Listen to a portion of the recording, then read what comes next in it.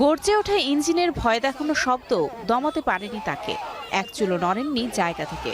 মুম্বাইয়ের শিবাজি পার্কে পুলিশের প্রিজন ভ্যান আটকে দেয়া এই তরুণীর নাম রিয়া আহির। রাজপথে যিনি হয়ে উঠেছেন সাধারণ শিক্ষার্থীদের অধিকার আদায়ের এক অনন্য প্রতীক। শিক্ষার্থীদের আন্দোলনে কেবল দর্শক হয়ে থাকতে চাননি রিয়া।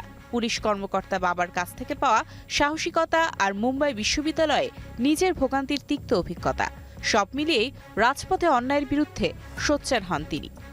ये पुलिस की वैन थी, पूरी भरी हुई थी बच्चों से आगे से पीछे तक, और जो जगह ही नहीं थी उसमें कि पुलिस स्टेयर्स पर खड़ी थी। দেখলাম ভ্যানে গাদাগাদি করে শিক্ষার্থীদের তোলা হয়েছে। এক নারীকে বের করতে গেলে পুলিশ বাধা দেয়। তখনই প্রিজন ভ্যানের সামনে দাঁড়িয়ে যাই। জানি না সাহসটা কোথা থেকে এলো, হয়তো রক্তেই আছে। तो सब अपनी जान की बाजी लगा रहे हैं।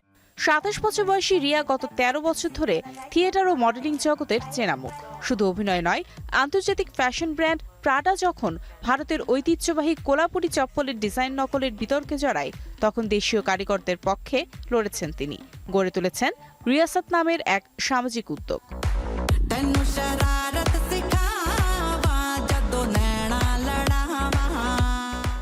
রিয়ার এই সরাসরি প্রতিরোধের পাশাপাশি রাজপথের আরেক সোচ্চার নাম আয়েশা খান।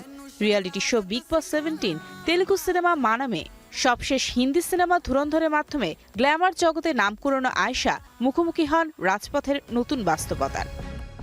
শিক্ষার্থীদের পাশে দাঁড়াতে 22 জুলাই শিবাজি পার্কে পৌঁছা মাত্রই তাকে আটক করে পুলিশ। পরবর্তীতে সামাজিক মাধ্যমে শুরু হয় তীব্র ট্রলিং, এমনকি হুমকি দেওয়া হয় বলিউডে আর কোনো কাজ মিলবে না।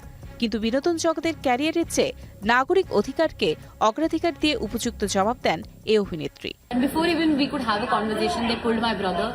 4-5 জন নারী পুলিশ আমাকে টেনে নিয়ে যায়।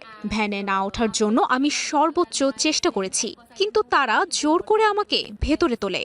আমাকে যখন বলা হলো বলিউডে আর কাজ পাবো না, আমি সাফ জানিয়ে দিয়েছি মেরুদণ্ড হারানোর চেয়ে আমি বরং আমার ক্যারিয়ার হারাতে রাজি।